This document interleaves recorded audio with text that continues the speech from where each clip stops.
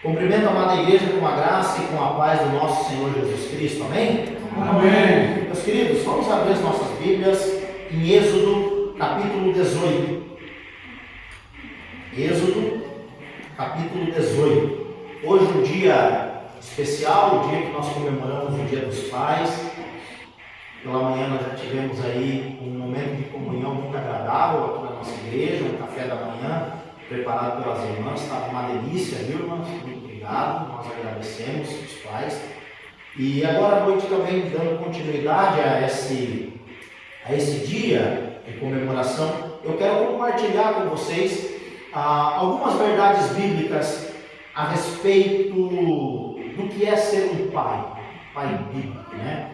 E eu gostaria, então, à luz desse texto, nós vamos ir, conforme vai indo a exposição, nós vamos lendo os versículos do texto. Nós vamos trabalhar com vários versículos desse capítulo, que é Êxodo capítulo 18. O título desse sermão é Conselhos Saudáveis para a Sua Vida. E hoje eu quero compartilhar isso com você. Alguns conselhos saudáveis para a sua vida. Conselhos que foram úteis para a minha vida e eu tenho certeza que vão servir muito para você também.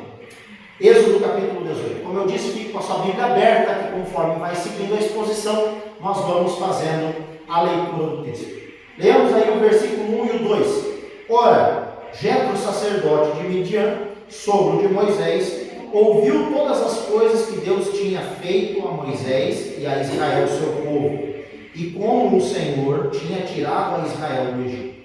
E Jetro, seu sogro de Moisés, tomou Zípora, mulher de Moisés, depois que este a enviara, e os seus 2 filhos, dos quais um se chamava Gerson, pois Moisés disse: fui peregrino em terra estrangeira.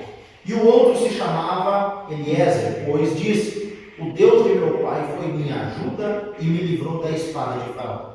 Vindo, pois, Jetro, sogro de Moisés, com os seus filhos e com a mulher deste, ao encontro de Moisés no deserto, ao monte de Deus onde tinha acampado.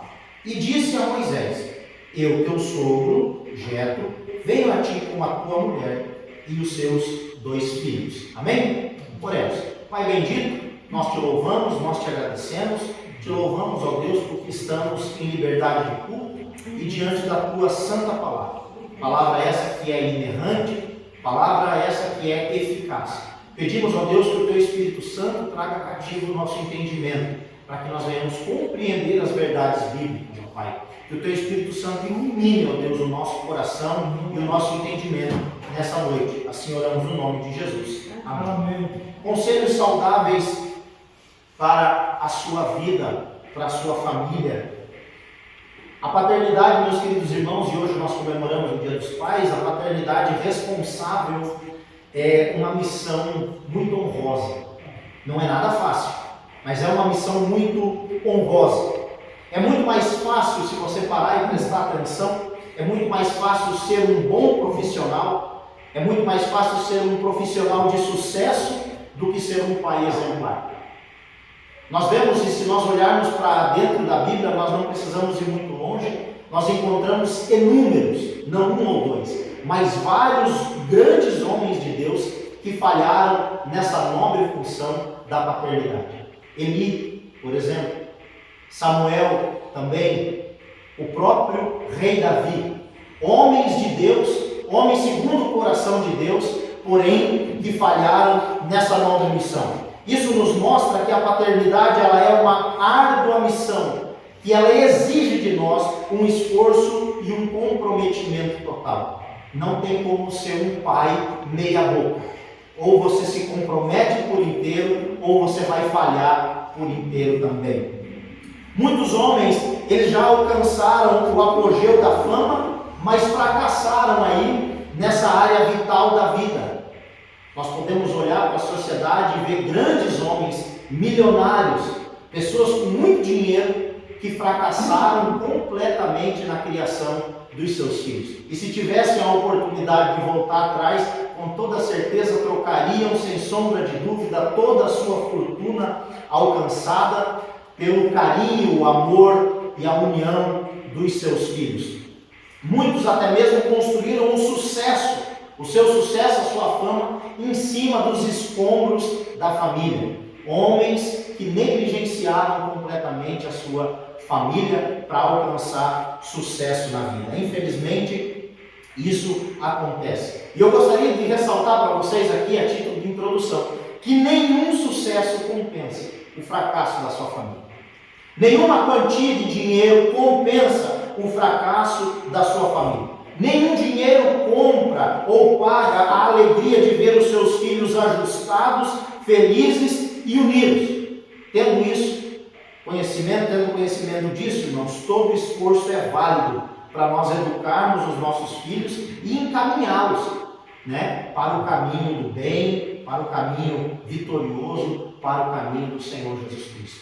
Nós, pais, devemos nos esforçar para conduzir os nossos filhos no caminho do Senhor Jesus Cristo. Então aqui, à luz desse texto, eu quero compartilhar com os irmãos 3 conselhos, 3 simples conselhos que vão mudar a sua vida. Conselhos esses para você conduzir vitoriosamente a sua família. É óbvio que você, mãe que está assistindo, também pode aplicar na sua vida, mas hoje eu vou me dirigir exclusivamente aos pais. Tá? Primeiro conselho: não negligencie a sua esposa, não negligencie o seu casamento. Veja comigo aí o versículo 1 e 2. Ora, Jetro, sacerdote de Midian, sogro de Moisés, ouviu todas as coisas que Deus tinha feito a Moisés e a Israel, seu povo, e como o Senhor tinha tirado a Israel do Egito. E Jetro, sogro de Moisés, tomou Zípora, mulher de Moisés, depois que este a enviara. Meus queridos, quando nós olhamos para esse texto, eu peguei o exemplo aqui de Moisés, nós poderíamos usar outros homens da Bíblia, mas esse exemplo de Moisés cabe muito bem. Quando nós olhamos para esse texto, nós vemos e lembramos da missão que Moisés recebeu do Senhor. Moisés era um hebreu e era para ter sido morto, mas a mãe dele decidiu esconder ele. E com alguns meses de vida, ela fez um barquinho de junco, colocou o bebezinho dentro e colocou no rio Nilo. A princesa se banhava um pouco mais abaixo e encontrou Moisés. Tirou o bebê das águas. A irmã de Moisés ia acompanhando o barquinho e chegou para a filha do faraó e falou: olha, tem uma mulher que está em lactação, ela está amamentando. E então a mãe de Moisés vai cuidar do próprio filho dentro do palácio. Dito isso, lá na frente Moisés já adulto, se envolve em uma confusão, acaba matando um egípcio. Mais tarde vai separar uma briga dos hebreus e está lá. Os homens acusam ele dizendo: mas você também agrediu e matou um egípcio. Moisés, temendo Faraó, foge do Egito. Vaga pelo deserto, encontra Jetro, as filhas dele, se apaixona por Zípora, casa com a Zípora e está pastoreando as ovelhas no deserto, quando de repente ele vê uma sarça pegando fogo. Não era incomum a sarça pegar fogo. O incomum do texto é que Moisés narra que aquela sarça queimava e não se consumia. E ele então chega para ver o fenômeno de que tantas horas aquele arbusto queimando e não se consumindo.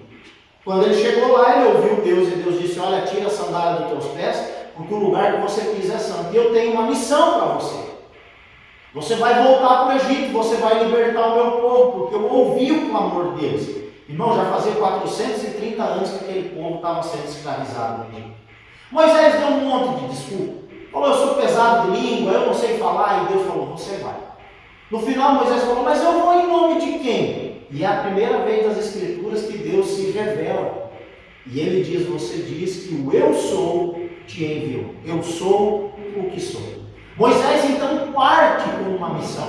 Ele deixa sua esposa e filhos e volta para o Egito para libertar o seu povo. Você sabe muito bem que depois de 10 pragas, 10 terríveis pragas, Faraó tem o coração amolecido e permite que o povo saia do Egito.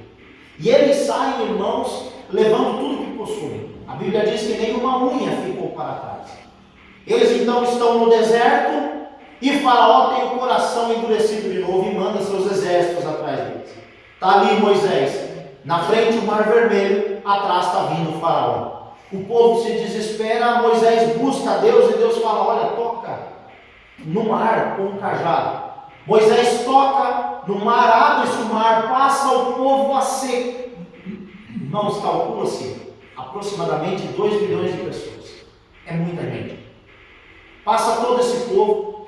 Quando os exércitos de Faraó entram no Mar Vermelho, que estava dividido como se tivessem 2 paredes de água, a Bíblia diz que a engrenagem das rodas, Deus inclusive trabalhou na engrenagem das rodas das carruagens, que elas travaram. E o mar então se fechou, levando os exércitos de Faraó. Tudo isso que aconteceu chegou aos ouvidos de Jétro. Lembraram? Moisés deixou a família com o sogro. E agora o sogro sabe que Moisés já atravessou o Mar Vermelho, que eles estão em segurança, e então Jétro toma uma decisão. O que eu vou fazer? Eu vou devolver a família dele para ele mesmo. Eu vou pegar a Zípora e vou pegar os 2 netinhos, o Gerson e o Eliezer, e vou levar para Moisés. Meus queridos irmãos que aqui estão nessa noite, não negligencie a sua esposa, não negligencie o seu casamento. Jétro, sogro de Moisés, ouviu tudo que Deus tinha feito através do seu genro, então tomou a sua filha Zípora e os seus 2 netos e levou até Moisés. Por que eu estou falando isso, meus queridos irmãos? Porque o maior presente que um pai pode dar para um filho é amar o seu cônjuge. O maior presente que você, homem, pode dar para o seu filho é tratar a sua esposa com carinho, com admiração, com respeito e com amor. Porque saiba que o seu filho vai ser uma cópia sua. E lá na frente, se você está fazendo a sua esposa sofrer, o seu filho também vai fazer uma outra mulher chorar. Foi dito aqui que os filhos aprendem muito mais pelo exemplo do que pela palavra. E muitos homens estão negligenciando o seu casamento. Muitos homens estão negligenciando a sua esposa. Em nome de uma missão, em nome de um trabalho, em nome de uma tarefa, acabam colocando o relacionamento em segundo lugar, ou em terceiro lugar, em quinto lugar. Irmãos, o seu primeiro ministério, a sua primeira responsabilidade é a sua esposa. É ela que vai acompanhar você até que a morte os separe. Os filhos são extremamente importantes, são muito importantes, e já nós vamos falar sobre eles. Mas quem vai contigo do início ao fim é a sua esposa. É a sua esposa. Por isso, não negligencie a sua esposa. Por quê? Porque quando nós investimos no casamento, nós também estamos investindo na vida dos nossos filhos. Um casamento estável, ele proporciona segurança para os filhos. Converse com uma criança, ou com um jovem, com um adolescente que cresceu num lar turbulento, aonde ele cresceu vendo agressões verbais e até físicas dos próprios pais. São crianças, são jovens desestabilizados emocionalmente. Um relacionamento estável entre o pai e a mãe proporciona firmeza, clareza, objetivo na vida dos filhos. Nós precisamos, como homens de Deus, aprender a não negligenciar a nossa ajudadora idônea, pois ela é um presente de Deus nas nossas vidas. Infelizmente, irmãos, às vezes os divórcios, eles são inevitáveis. Só que o que me choca é que tanto pais, e aqui eu vou pegar mais nos pais, eles não só se divorciam do cônjuge, mas também dos filhos. Deixa eu dizer uma coisa para você, meu querido irmão, minha querida irmã, os filhos não têm culpa nenhuma. Nenhuma. Quando você toma essa decisão de se divorciar, você está se divorciando do cônjuge e não da criança. E muitos pais têm feito isso, têm abandonado seus filhos. E nós não podemos, como homens de Deus, não podemos permitir isso. Infelizmente, como eu disse, às vezes divórcios são inevitáveis, porém nós temos que entender que quando se divorcia do cônjuge, Não é bom que aconteça o divórcio, mas caso aconteça, você está rompendo com o cônjuge e não com os filhos. Respeito, carinho, admiração e amor devem acompanhar o relacionamento do casal. Nós homens devemos buscar isso no nosso casamento. Respeito, carinho, admiração e amor. É isso que a Bíblia exige de nós. É esse comportamento que Cristo exige de nós para que nós venhamos tratar as nossas esposas com carinho, com admiração, com amor, com paciência, com respeito, com cumplicidade. É isso que a Bíblia exige de nós. O homem não deve ser duro no trato com a esposa. Nós temos um exemplo de um homem que era um cavalo com a mulher. E a Bíblia, o nome dele é Nabal. A Bíblia diz que ele era duro no trato com Abigail. Nós não podemos ser duros no trato com a nossa esposa. O marido ele deve cuidar da sua esposa como alguém que cuida de um jarro de cristal, de um vaso de cristal, de uma joia muito fina. Porque a esposa é algo precioso que Deus nos deu. 1 Pedro 3,7. Maridos, vocês igualmente vivam a vida comum do lar, com discernimento, dando honra à esposa por ser parte mais frágil e por ser coerdeira da mesma graça da vida. Agindo assim, as orações de vocês não serão interrompidas. Tem muitos homens aí que estão orando, clamando a Deus, pedindo a Deus, e Deus não está ouvindo. Sabe por quê? Porque você está sendo duro no trato com a sua esposa. Não negligencie o seu casamento. Não negligencie a sua esposa. Não pode. É impossível você influenciar positivamente os seus filhos sendo um péssimo marido. Eu sou um bom pai. Ele é um ótimo pai, mas é um marido ruim. Não, ele vai ser um pai ruim também. Porque nós pais ensinamos muito mais os nossos filhos com as nossas ações do que com as nossas palavras. Não tem como você ser um bom pai se você for um péssimo marido. Entenda que isso caminha junto. Para você ser um bom pai, você precisa primeiro ser um bom marido. Amar essa joia preciosa que Deus te deu. É isso que a Bíblia exige de nós. O marido deve honrar a sua esposa, amando-a como Cristo amou a sua própria igreja, dando a sua vida por ela. Lembre-se, meus queridos irmãos, homens que aqui estão, que Deus usou a sua mãe para trazer você ao mundo. Deus usou a sua mãe, mas Deus lhe deu uma esposa para caminhar nesse mundo afora, até o último dia da sua vida. Quando vocês fizeram um juramento até que a morte os separe, Deus usou a sua mãe para te trazer ao mundo, mas te presenteou com uma esposa para caminhar com você por esse mundo todo aí. Tá? Quando Deus formou a mulher, Ele formou da costela. Não foi isso? Por quê? É para o casal andar lado a lado. Lado a lado. Não negligencie a sua esposa. Em segundo lugar, o segundo conselho: não negligencie os seus filhos. Olha o que Jetro vai contar aqui para nós. E os seus 2 filhos, dos quais um se chamava Gerson, pois Moisés disse: eu fui peregrino em terra estrangeira. E o outro se chamava Eliezer, pois disse: o Deus de meu pai foi minha ajuda e me livrou da espada de Faraó. Vindo, pois, Jetro, sogro de Moisés, com os filhos e com a mulher deste ao encontro de Moisés no deserto, ao monte de Deus onde tinha acampado, disse a Moisés: eu, teu sogro Jetro, venho a ti com a tua mulher e os seus filhos. Muitos pais, irmãos, muitos pais estão negligenciando os seus próprios filhos.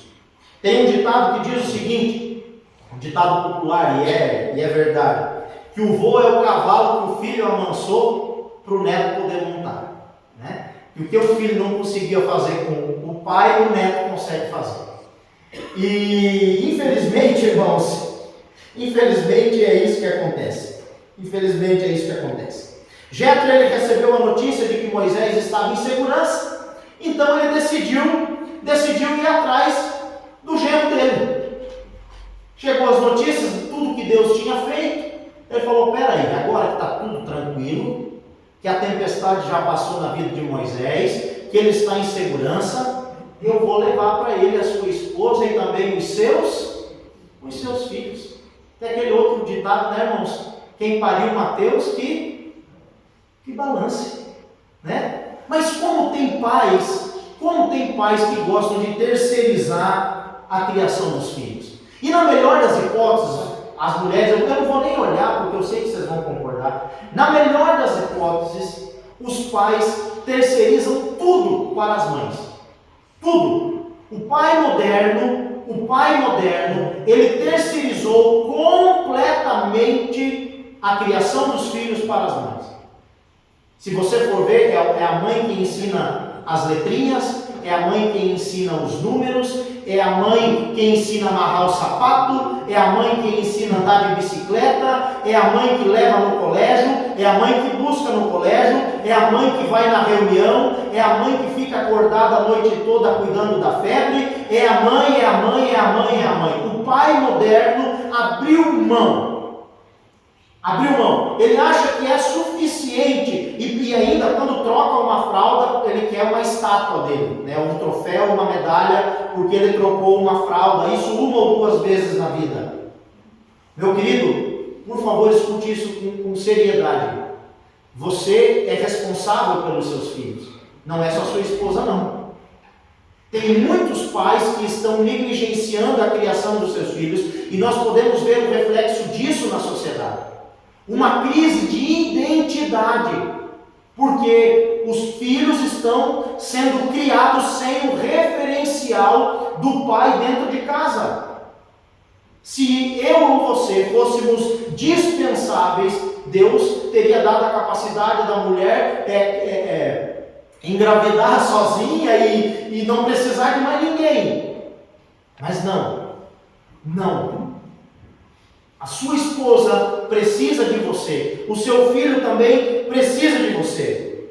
Nós precisamos entender isso, que muitos pais têm negligenciado completamente a criação dos seus filhos e, como eu disse, na melhor das hipóteses, têm terceirizado isso tudo para a mãe. E por isso as mulheres estão completamente exaustas e sobrecarregadas.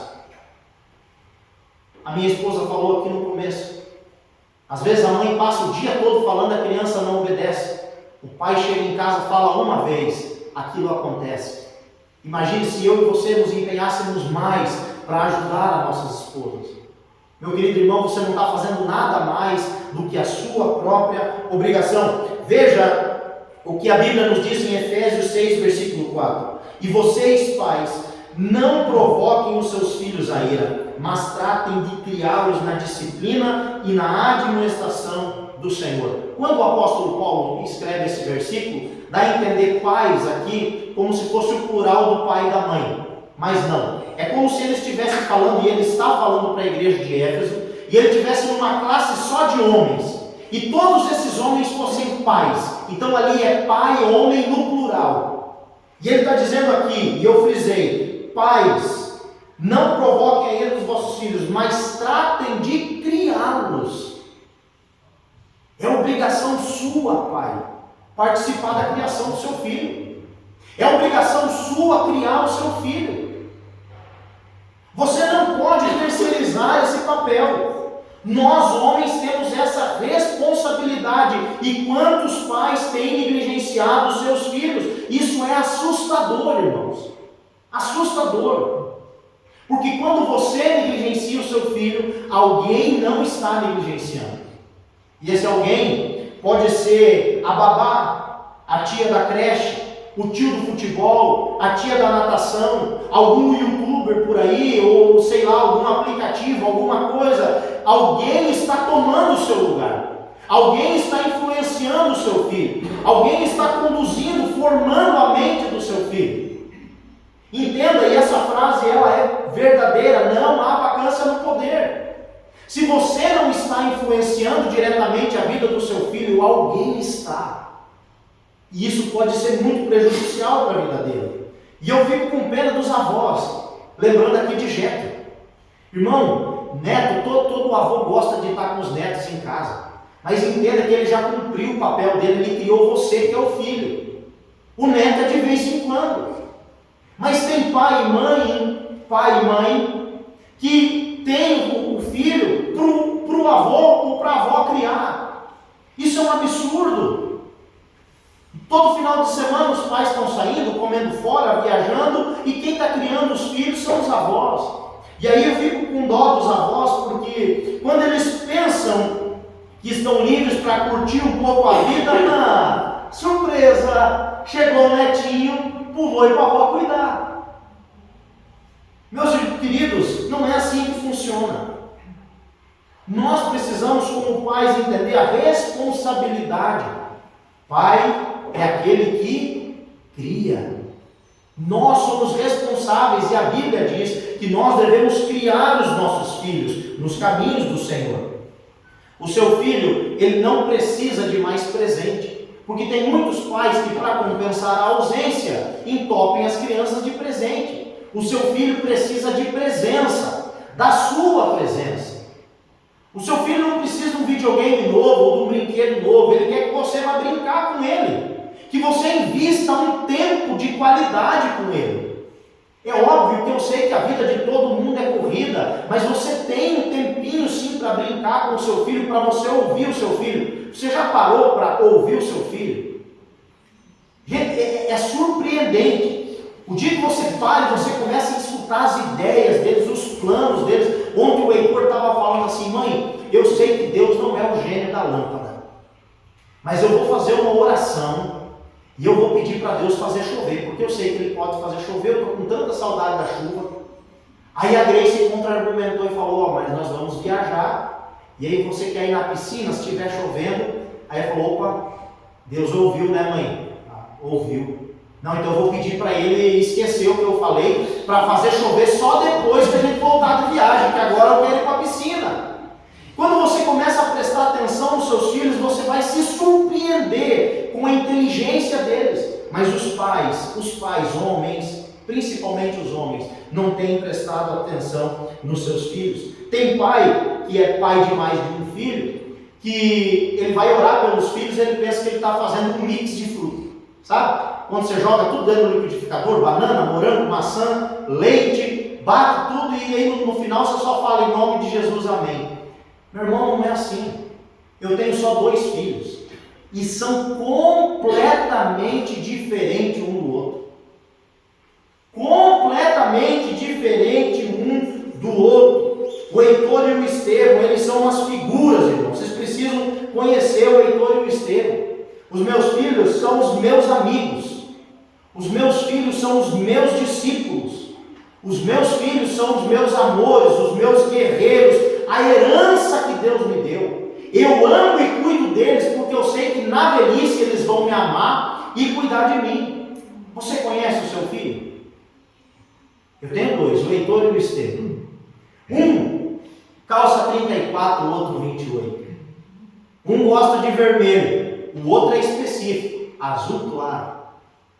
Um só come banana e maçã, nada além disso. O outro, qualquer outro tipo de fruta. Qualquer fruta ele está comendo. O Heitor ama super-heróis, principalmente se for da Marvel. Já o Estevão é só dinossauro, qualquer dinossauro. O Heitor é completamente indeciso. Você vai dar um presente para ele, você tem que comprar e dar. Se você chegar para o Heitor, você quer ver ele frustrado, vai dizer assim, Heitor, colocar 3 opções, dizer, Heitor, escolhe. Ele vai querer levar as 3, porque pela ideia dele, escolher é perder sempre. Porque se escolhe um, deixa o outro. Então o Heitor vai querer levar os 3. O Estevão é completamente decidido. Pode ter 100 coisas ali. Se ele botar na cabeça que ele quer aquela, ele vai atrás daquela. A dieta do Heitor, se tiver só isso, tá bom para ele. Arroz, feijão e macarrão. Chega. O Estevão tem o paladar aberto. O que você ofereceu, o menino está comendo. Ele chegou para mim esses dias e falou, pai, ele só tem 5 anos. Eu nunca comi tofu na minha vida.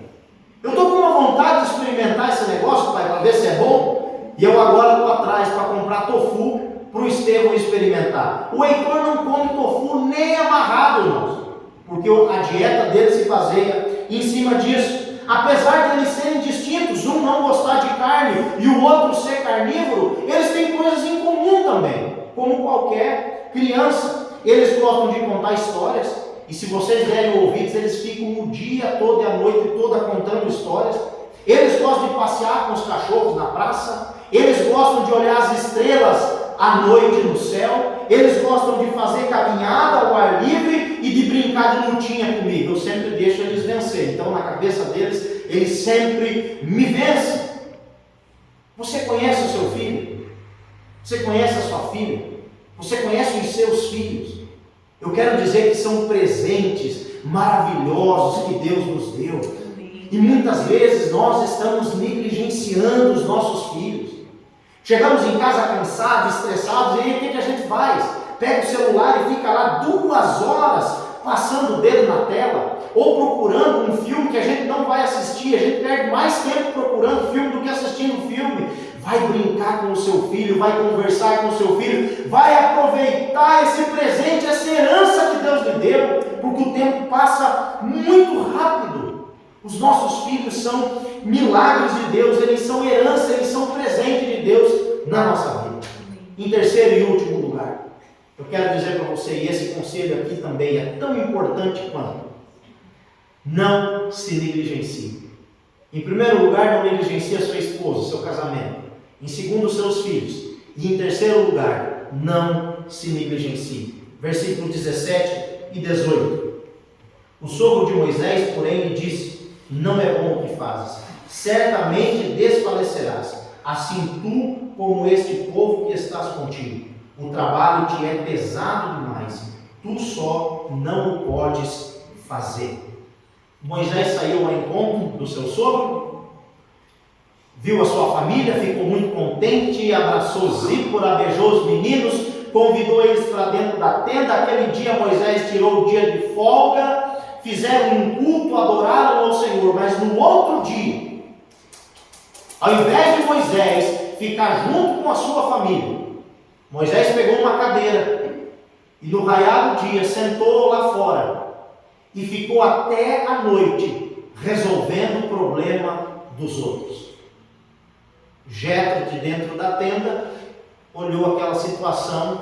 No final do dia chegou para Moisés e falou: continua assim que você vai morrer, porque não é bom o que você está fazendo. Você está se negligenciando, você não está cuidando de você mesmo. E quando eu e você, pai que está aqui e está assistindo, não cuidamos de nós mesmos, a nossa família também fica enfraquecida. Os nossos filhos também ficam desestabilizados. O nosso casamento também fica desestabilizado. Cuidar de nós mesmos é uma prova de amor que nós damos à nossa família. Eu não estou falando aqui que você deve negligenciar a sua esposa ou os seus filhos para cuidar de você mesmo, tirar da boca dos seus filhos para gastar com você mesmo. Não é isso que eu estou dizendo. Mas o fato de você também não o fazer prova que você quer passar pouco tempo com eles. Eu não, irmãos. Eu, se possível, se Deus permitir, eu quero conhecer os meus bisnetos. E se Deus me der uma chance, os que vier para frente também. Eu quero viver muito. Eu quero viver pleno. Eu quero aproveitar os meus filhos. Eu quero conhecer as minhas noras. Eu quero brincar com os meus netinhos de vez em quando. E depois eles que vão também cuidar dos filhos deles. Eu quero dar dengo para os meus netos. Eu quero brincar com os meus bisnetos. Eu quero, mas para isso acontecer, eu não posso me negligenciar. Não posso me negligenciar. Muitos homens estão vivendo a síndrome de Atlas. Quem lembra aí da mitologia grega? O homem que foi, ou o titã que foi condenado por Zeus para carregar o mundo nas costas. E muitos homens estão com essa síndrome, a síndrome de Atlas, e atraem para si o peso do mundo, atraem para os seus ombros o peso do mundo. E infelizmente nós temos essa capacidade, a capacidade de nos sobrecarregar, de querer resolver sozinhos. Porque pedir ajuda para nós parece que é fraqueza. Pedir socorro parece que nós vamos estar nos expondo. E dizer que nós não estamos conseguindo resolver sozinho parece que vai ser algo humilhante, que vai ferir a nossa masculinidade. Então nós preferimos carregar sozinho o peso do mundo nas costas. Meu querido irmão, não faça isso. Não faça isso. Moisés estava com a resposta para o seu problema dentro do próprio arraial. Moisés estava padecendo e adoecendo dia após dia, a ponto do sogro olhar para ele e dizer: Moisés, você vai morrer se você continuar assim, porque você está dando 110% da sua vida para resolver o problema dos outros, e você não entendeu que a sua família está dentro da tenda precisando de você. Você está se dedicando mais para os outros do que para os seus. E a resposta de Moisés estava dentro do arraial. Veja comigo o versículo 21 e 22. Procura, porém, no meio de todo o povo, homens capazes, temente a Deus, homens de verdade, que aborreçam a avareza. Ponham-nos sobre eles por chefe de 1000, chefes de 100, chefes de 50 e chefes de 10. Julguem este o povo em todo o tempo, que a ti tragam toda a causa grave, mas toda a causa pequena, eles mesmos a julguem. Assim a ti mesmo te aliviarás a carga, e eles a levarão contigo. Tem muito problema, meu irmão, que você pode resolver na sua vida delegando tarefas. Chame a sua esposa, fala: olha, está complicada a situação, eu preciso da sua ajuda. Vamos orar junto. Moisés estava padecendo e morrendo com a resposta ali do lado. E então Jetro olhou e falou: Moisés, você está rodeado de pessoas capazes. Rodeado de pessoas capazes que podem te auxiliar. Eu já contei aqui na igreja algumas vezes, acho que quarta-feira eu falei sobre isso. Certa feita, uma empresa de creme dental estava levando muitos processos, porque o povo comprava a caixinha de creme dental no mercado e quando chegava em casa ia abrir a embalagem estava vazia. Então essa empresa, esses diretores, convocaram os engenheiros mecatrônicos e engenheiros mecânicos e desenvolveram uma microbalança que custou milhões para colocar na esteira. Toda vez que passava uma caixinha vazia na esteira, a esteira parava, acionava uma luz, tocava uma sirene, vinha um funcionário, abria a caixinha, colocava o creme dental dentro e dava sequência no processo. Passou-se um tempo, os executivos desceram à fábrica para comemorar, porque nunca mais tinham recebido nenhum processo. O índice de aprovação dos clientes estava lá em cima, estava todo mundo satisfeito com a empresa. Quando eles chegaram na fábrica, eles olharam aquela esteira abandonada num canto, toda empoeirada, e a antiga esteira em funcionamento. Na ponta da esteira, um ventilador ligado. Eles ficaram loucos, falaram: mas o que aconteceu? Nós gastamos milhões para isso estar aí, cheio de teia de aranha, o que vocês fizeram? Então veio um dos funcionários e disse assim: olha, foi muito bom esse projeto, eficiente, só que atrasava demais o processo. E nós vimos que a empresa estava perdendo dinheiro com isso, porque a cada 5, 10, 15 minutos a esteira parava e toda a linha de produção parava porque vinha uma caixinha vazia. Nós nos reunimos, cada um deu 5, 10 reais, compramos um ventilador, puxamos uma extensão e ligamos o ventilador na boca da esteira. Toda a caixinha que vem vazia, o vento do ventilador sopra e derruba a caixinha no chão e só cai para a linha de produção as caixinhas que estão com o creme dental dentro. Sabe o que isso significa, irmãos? Há um versículo que traduz essa historinha. Na multidão dos conselhos, há bom êxito nos projetos. Às vezes você está caducando, você está batendo a cabeça e a resposta está do seu lado. O seu filho pode lhe dar uma direção, a sua esposa pode lhe dar uma direção, a sua família pode ajudar você. Nós precisamos aprender isso, a deixar esse peso, não trazer todo esse peso para cima de nós. Cuidar de nós mesmos também é uma demonstração de amor para os nossos filhos e para a nossa esposa. Provérbios 4, 23. Sobre tudo que se deve guardar, guarda o teu coração, pois dele procede as fontes da vida. Guarda o teu coração. O apóstolo Paulo, o pastor velho, quando vai orientar Timóteo, o pastor novo, ele diz: cuida de ti mesmo e da doutrina. Assim você não só se salvará, mas também salvará todos aqueles que te escutam. Meu querido irmão, pai que aqui está nessa noite, não se negligencie. Você precisa ter momentos de lazer. Você precisa de vez em quando se presentear. Você precisa de vez em quando fazer alguma coisa que você goste. Você precisa ter alguma válvula de escape, meu querido. Eu amo quando a minha esposa fala assim, ela não me proíbe de fazer nada, mas eu amo quando ela fala assim, amor, você está estressado, pega a chave da moto e vai andar. Eu falo, oh, glória a Deus, é isso que eu quero. Eu pego a moto e, ó, irmão, saio sem direção. Quando eu ando 10, 15 minutos, meia hora, me dá uma saudade deles, eu manobro onde eu estou, eu volto para casa. Ela fala, mas já voltou? Eu falei, já. Você precisa fazer alguma coisa que você gosta. Você precisa se cuidar. Não se negligencie. Cuide da sua saúde. Qual é a conclusão, então, de tudo isso? Ser pai, em primeiro lugar, é uma grande responsabilidade, mas também é um grande prazer. Quando nós aprendemos a aplicar as verdades do Senhor nas nossas vidas, conduzir as nossas famílias pelo deserto da vida não é nada fácil. Mas quando nós estamos andando debaixo da poderosa mão de Deus, oh meu querido irmão, o mar vermelho se abre, da rocha jorra água e do céu o Senhor providencia o maná.